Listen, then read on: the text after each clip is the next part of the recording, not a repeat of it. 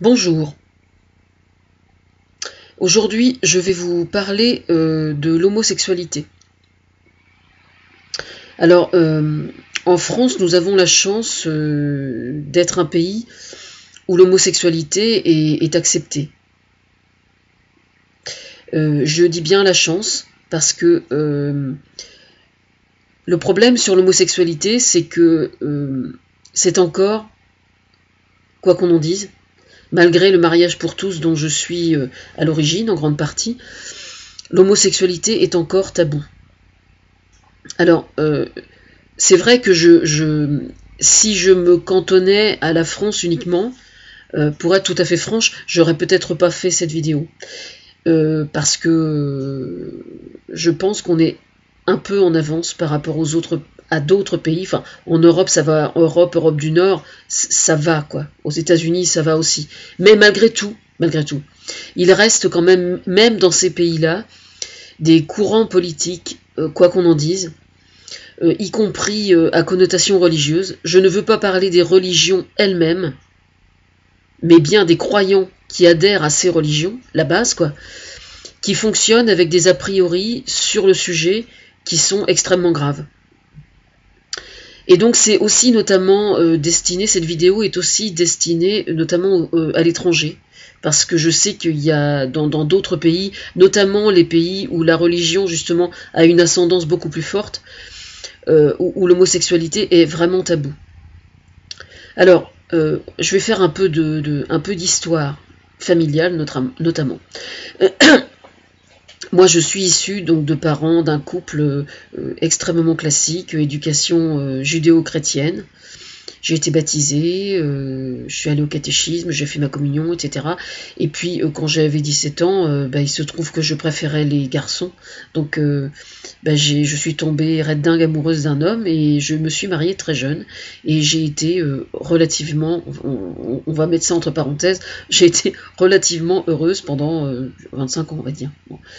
Ce qui est déjà pas si mal, hein, quand même, hein, je vous signale. Ça ne veut pas dire que c'était parfait, mais bon, quel couple est parfait, hein. Mais tout ça pour dire que il y a des gens peut-être qui s'imaginent que je suis quelqu'un, considérant la place que je prends autant physiquement que politiquement, que je n'ai aucune moralité, ou je sais pas, allez savoir ce qui peut traîner comme ragot sur mon compte, sait-on jamais. Donc je plante le décor. Je suis au contraire quelqu'un justement qui vient d'un terroir extrêmement traditionnel. Je suis une Française de souche. Et voilà, et avec tout ce que ça comporte aussi de handicap, soit dit en passant. Mais bon, bref, c'est comme ça. Et donc là, je suis séparée de mon mari, en train de divorcer, et j'espère que ça va se terminer rapidement. Voilà, pour retrouver ma liberté. En fait, si je fais cette vidéo au sujet de l'homosexualité, c'est tout simplement pour expliquer, parce qu'il faut encore le faire, il faut toujours remettre le métier sur l'ouvrage. Non, l'ouvrage sur le métier. L'ouvrage sur le métier, c'est mieux. Il faut remettre l'ouvrage sur le métier autant de fois que nécessaire. Voilà. Alors, j'ai 3 grandes filles, dont la seconde, quand elle avait 18 ans, a pris conscience qu'elle préférait qu'elle était attirée par les personnes du même sexe qu'elle, c'est-à-dire qu'elle était attirée par les femmes. Donc j'ai une de mes filles, effectivement, qui est lesbienne. Voilà, ça c'est fait. Donc c'est vrai que même si jamais j'avais eu 3 filles hétérosexuelles, je pense que ça aurait été quand même un de mes combats, parce que je supporte pas qu'on fasse du mal à quelqu'un, et donc je supporte pas qu'on fasse du mal à quelqu'un qui soit homosexuel, qui soit transsexuel, qui soit n'importe quoi. J'aime pas qu'on fasse du mal aux gens, quoi. Donc dès l'instant qu'on fait du mal à quelqu'un, ça me plaît pas. Donc voilà. Bon, mais il se trouve que étant donné que je suis aussi donc une maman d'une jeune femme qui est homosexuelle, j'ai vécu son coming out, etc., etc.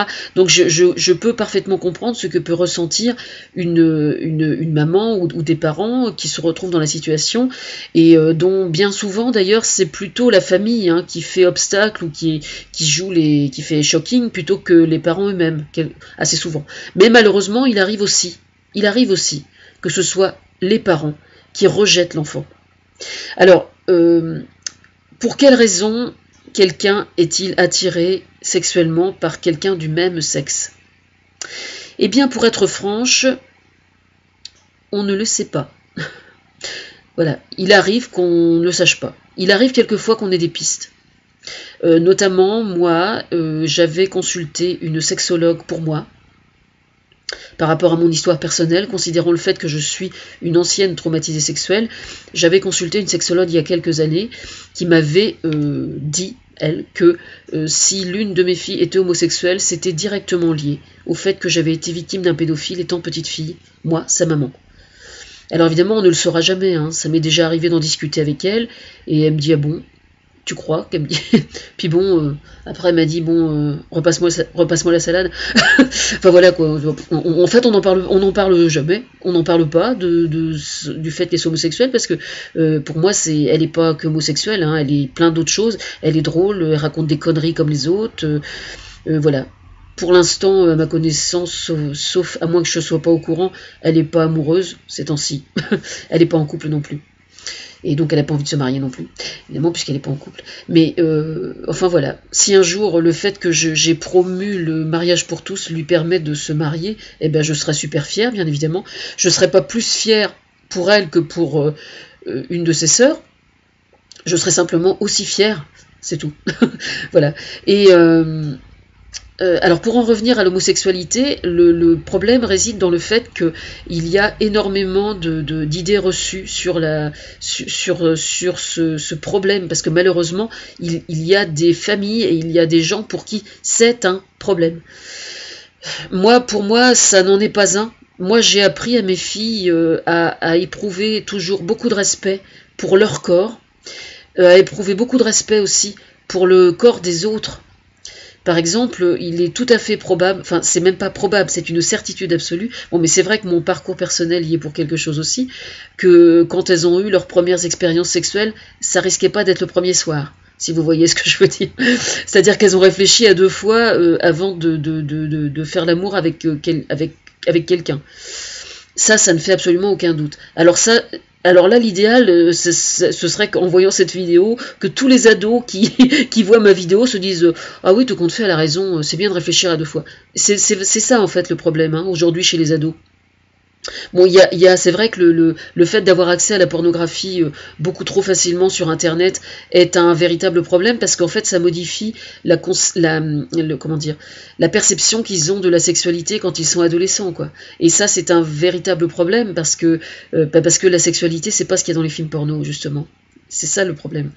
Et donc c'est comme ça que des nanas, par exemple, parce que elles font ça les premières fois avec un mec qu'elles connaissent pas suffisamment bien, le mec va leur demander des trucs plus ou moins exotiques, et puis bon, on va les regarder de haut d'un air de dire alors t'es pas à la hauteur, quoi. Parce que si, ça arrive hein, quand même, hein, faut voir les choses en face. Enfin, j'imagine, d'après les retours que j'ai, moi, de certaines jeunes femmes, justement, parce que ça m'arrive quelquefois, quand je vais à Paris, de discuter dans le train avec des jeunes femmes qui mentent à Mantes-la-Jolie, donc qui montent à Mantes-la-Jolie, notamment, des Noires africaines, là-bas, avec qui j'étais montée, qui étaient super gentilles, avec qui j'avais eu un très très bon contact. Et à chaque fois que je parle avec des jeunes femmes, et que je leur dis qui je suis, et ce que je fais et tout ça, et elles sont super fières et super contentes, et elles me disent ah bon, on vous attend. Et encore l'autre jour, j'entendais justement des jeunes femmes qui disaient que les cours d'éducation sexuelle qui sont donnés dans les collèges, etc., expliquent énormément de choses par rapport à la prévention contre le sida, les préservatifs, etc., mais qu'il leur manquait quelque chose. Il leur manquait quelque chose au niveau de ces cours-là. Et moi, je sais ce qui leur manque. Je sais ce qui leur manque, et donc j'ai la prétention d'essayer de leur apporter ce qui leur manque. Voilà. Alors, qu'est-ce qui leur manque dans ces cours d'éducation sexuelle? Et que les profs ont du mal à leur apporter. Mais c'est vrai que c'est peut-être pas facile non plus, parce que selon le cursus de chacun, peut-être qu'il y a des subtilités qui sont difficiles à transmettre. Quelle subtilité, me direz-vous? Eh bien, notamment que précisément leur corps est quelque chose de sacré. D'accord? Moi, c'est comme ça que quand j'ai élevé mes filles et qu'elles étaient petites, c'est ce que je leur ai dit. Enfin, je leur ai pas dit que leur corps était sacré. Je leur ai dit, tu vois, un être humain, enfin vous voyez, parce qu'en général, j'en avais plusieurs à la fois, hein, trois filles en bas âge, je faisais carrément, je les mettais en randonnion et puis j'astiquais un bon coup avec des gants de crin et tout ça, le Karcher, voilà quoi. À bon entendeur. Je fais pareil avec les petits garçons. Bon, je plaisante. Mais c'est vrai que ma grand-mère avait, quand on allait en vacances, j'avais plein de cousines, elle nous mettait en randonnion assis sur une chaise, elle prenait 4 ou 5 de ses petites filles, parce qu'elle avait énormément de petites filles en vacances, et alors elle nous lavait, elle mettait son gant, évidemment, gant de toilette, et elle avait la main hyper énergique, c'était vraiment, mais vraiment quoi. Et alors ce qui était super marrant, c'est que moi j'en ai le souvenir exactement, et là où ça devient extrêmement drôle, c'est que mes filles, quand on en parle, me disent, bah de toute façon toi t'étais pareil. Voilà. C'est la faute à ma grand-mère. Voilà. Bon, enfin bref, mais je m'éloigne. En fait, quand je donnais le bain à mes filles, je leur expliquais, je leur ai dit que un être humain, c'est appelé à vivre 60, 70, 80 ans quelquefois. Donc, par définition, c'est le même corps. Le corps, quand il est petit, c'est le même corps qu'on a, et on n'en change pas. Hein. Je vous jure, il y a des gens qui aimeraient bien. Hein. Il y a des gens qui aimeraient bien, ça on est bien clair. Il y a des gens qui aimeraient bien, surtout s'ils ont du pognon. Ils aimeraient bien qu'on leur change une partie, ou qu'on en mette une partie en synthétique et tout ça. Ils aimeraient bien. Mais c'est pas possible. Hein. Je veux dire, c'est vachement dur. Enfin, il y a des trucs qui sont tentés pour des prothèses, etc. Mais c'est quand même pas au point. Hein, faut quand même le savoir. Donc il vaut mieux prendre le modèle de base. Vous voyez, le modèle de base avec lequel on est né. Celui-là, il faut en prendre soin. En fait, c'est ça le meilleur moyen. Hein. C'est de prendre soin du modèle de base qu'on a eu à la livraison quand on est né. Et puis, on continue à en prendre soin chaque jour et chaque année, chaque décennie. Non, pas chaque siècle, mais enfin, le siècle dans lequel on vit, quoi. Mais non, mais je déconne, mais moi j'ai expliqué à mes filles que ce corps humain, il était censé les accompagner longtemps, et que donc il fallait y faire gaffe, quoi. Je dis, si vous mangez par exemple plein de bonbons et que vous avez les dents complètement pourries, les dents qui sont tombées, une chose que personne ne sait, par exemple. Quand on était gamin, nous, on plombait pas les dents. Hein. Je veux dire, quand une dent était abîmée, on la faisait tomber, et puis voilà. Est-ce que vous savez, par exemple, que quand on a... Attention, oui, parce que j'ai été assistante dentaire. Alors, il faut voir ça avec San Severino, hein. D'accord ? Le blues du dentiste et puis... enfin, bref, vous fouillez dans le répertoire San Severino, je me souviens... Les bourpifs et les tire-nerfs... Les bourpifs... les bourgs, je sais pas quoi, et les tire-nerfs... Enfin bref, j'ai été assistante dentaire, figurez-vous. Alors c'est sur le forum ces conneries-là, hein. Il faut que vous alliez voir. Mais non, mais là je plaisante pas. Quand on mastique, eh bien figurez-vous que les aliments se trouvent coincés entre les deux dents pour mastiquer. On est bien d'accord. Eh bien, si jamais vous avez, oui, attendez, voilà, là. Si jamais vous avez une des deux dents qui a dû être arrachée parce qu'elle était trop abîmée et elle valait pas le coup d'être réparée, par exemple. Si la racine n'était pas bonne, par exemple, la racine n'étant pas suffisamment solide, le dentiste n'a pas pu vous installer un implant sur la racine. Ce qui est quand même très dommage. Mais enfin bref, quelquefois c'est comme ça. Par exemple, quelqu'un qui a les dents déchaussées, on ne peut pas se permettre de faire ça. Eh bien, si jamais la dent qui est en face n'est plus là, c'est-à-dire que s'il y a une dent qui en face n'a plus de dent, eh bien savez-vous que la dent en question, eh bien elle sert plus à rien. Imaginez par exemple un édenté qui aurait une dent sur deux, mais qui en face a une dent sur deux aussi, mais décalée. Eh bien c'est exactement comme s'il n'a plus de dents du tout.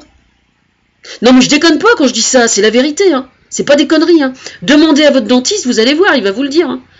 Enfin bref, donc, non mais en fait j'avais parlé de ça à mes filles pour leur expliquer, quoi. Parce que je leur disais, moi je connais des gens, moi ma petite sœur par exemple, quand elle était enfant, elle a mangé énormément de bonbons quand elle était enfant, eh bien elle avait, quand elle était adolescente, pourtant elle se lavait les dents et tout, quand elle était adolescente, elle avait énormément de caries, quoi. Et donc j'ai toujours expliqué ça à mes filles. J'en faisais pas une obsession, je leur expliquais, et puis voilà, quoi. Bon, sinon, tiens, pour information quand même, j'ai expliqué ce qui m'était arrivé quand j'étais enfant à mes filles, quand elles ont été formées, quand elles ont eu 11-12 ans, quelque chose comme ça. Pourquoi je ne l'ai pas fait avant ? Eh bien, je ne sais pas. Voilà, je suis franche, je sais pas. Alors quand je leur ai dit, c'était raide quand même, hein, j'étais en larmes et tout, c'était dur. Et je pense qu'elles le savaient, en fait. Elles le savaient de façon inconsciente, elles le savaient. Elles n'ont pas été surprises, du tout, par exemple. Vous voyez, comme quoi, voilà. Les enfants, de toute façon, en règle générale, les enfants savent beaucoup plus de choses de la vie et sur leurs parents que les parents ne le soupçonnent. Ça, c'est une absolue certitude. Il arrive souvent d'ailleurs que les enfants remettent les parents à leur place, et c'est une excellente chose. Voilà. Ça arrive, le contraire arrive aussi, hein. Parce que c'est pour ça qu'il faut leur botter le cul, d'ailleurs, en fait. Enfin, voilà. Toujours est-il que donc, oui, je pense sincèrement que mes 3 filles ont eu l'intelligence que devraient avoir d'autres. Ça ne veut pas dire qu'elles sont parfaites, hein, elles doivent avoir des défauts que moi je vois pas, évidemment, je les vois pas. Ce sont des petites reines puisque ce sont mes filles. Voilà, moi je suis la marraine, mais elles, ce sont 3 petites reines. Mais non, mais ce que je déconne évidemment, mais ce que je veux dire, c'est que dans l'idéal, moi j'aimerais bien quand même que les ados, en règle générale, réfléchissent à 2 fois hein, avant d'avoir leur première expérience sexuelle. On ne prête pas son corps à n'importe qui. Et on ne couche surtout pas le premier soir. Vraiment, quoi. Je vous jure. Parce qu'il faut quand même savoir une chose, hein, c'est que si vous faites un sondage autour de vous, hein, si vous êtes suffisamment proche des femmes qui sont autour de vous, et que vous posez la question, ta première fois, comment c'était ? Ta première fois, comment c'était ? Eh bien, vous vous rendrez compte que... allez, je ne vais pas me mouiller, 9 fois sur 10, ça s'est soit mal passé, soit très mal passé. C'est quand même extrêmement rare que ça se passe bien. Alors, qu'est-ce que c'est qu'une première fois qui se passe bien ? Eh bien, une première fois qui se passe bien, ça ne veut pas dire que vous avez pris votre pied, que vous avez eu un orgasme, que tout est... Non, ça c'est dans les livres. Hein. Arrêtons de... De toute façon, la première fois, on a tellement la trouille que de toute façon, on n'est pas en état d'avoir vraiment du plaisir. Ce qui est important la première fois, c'est de se sentir bien psychologiquement avec la personne avec laquelle on fait. Voilà. Hein. Et si jamais ce sont des ados, eh bien, c'est marrant que je parle de la première fois aujourd'hui. Pourquoi aujourd'hui ? Étrange. Bon, toujours est-il que comment sait-on que la première fois, enfin un des critères qui va dire si la première fois s'est bien passé ou pas, c'est savoir si vous avez envie de recommencer avec la même personne déjà. Vous voyez ? Déjà ça c'est un critère. Et puis le lendemain, quand vous croisez, parce que je pense aux collégiens, aux étudiants, là, quand vous allez croiser le mec ou la nana dans la cour de récréation ou dans la rue ou n'importe quoi, vous allez bien voir le type de regard qu'il vous adresse.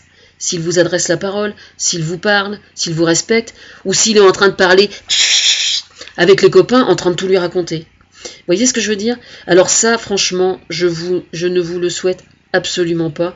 Et si jamais vous avez bien fait attention de ne pas prêter votre corps à n'importe qui, normalement, ce type de problème ne devrait pas se produire. Mais sincèrement, je pense que c'est préférable que ça ne se produise pas. Enfin, à mon avis, je pense que c'est mieux. Moi, je pense que une première fois qui se passe bien, c'est une première fois où on se sent respecté. Voilà. C'est ça qu'importe, c'est de se sentir respecté. Ça ne veut pas dire systématiquement qu'il est raide amoureux, ou qu'elle est raide amoureuse, mais au moins se sentir respecté. Voilà. Et puis mettre un préservatif est préférable quand même. Hein. J'aimerais bien, s'il vous plaît, pour me faire plaisir. Parce que il faut savoir quand même que il arrive que des jeunes femmes ou que des garçons se trouvent contaminés par le sida rien que la première fois, au premier rapport sexuel. D'accord ? Y compris enceintes. Moi, je connais des femmes ici dans le Pays de Caux, des gens, des jeunes femmes qui avaient eu leur première expérience, je sais pas, 14-15 ans. Elles se sont retrouvées enceintes la première fois. Un seul rapport, elles se sont retrouvées enceintes. D'accord ? On ne plaisante pas avec ces choses-là. Donc je considère que faire attention à ce qu'on fait de son corps, c'est notamment, en plus ce que je vous dis là, c'est même pas, il faut savoir déjà que ça conditionne énormément le type de sexualité et l'épanouissement sexuel que vous allez avoir après, que ce soit les garçons vis-à-vis des filles ou que ce soit les filles vis-à-vis des garçons. Hein. Même si c'est pas le grand amour, c'est pas grave, mais au moins que vous vous sentiez respecté. Si la première fois vous avez l'impression que vous êtes sale et tout ça, bah c'est parce que c'était pas le bon et c'est parce que vous êtes allé trop vite. C'est pas forcément grave, bien sûr, c'est pas forcément grave, mais c'est pas souhaitable. Voilà, ça n'est pas souhaitable. Mais ce qui est important, ce qu'il faut savoir, c'est qu'une première fois qui se passe mal, ça peut aussi laisser des traces plus graves et plus dommageables sur le plan psychologique pour l'avenir. Parce que par exemple, une première fois qui se passe mal, vous pouvez très bien passer à côté d'un mec vraiment bien et qui est vraiment amoureux de vous 3 mois après, 6 mois après, 1 an après, et puis en fait, le mec, vous allez vite tourner les talons parce que ça vous rappelle quelque chose. Vous voyez ce que je veux dire? C'est pour ça que c'est vachement important de faire attention. On ne fait pas n'importe quoi avec son corps. Voilà, c'est sacré. Sacré.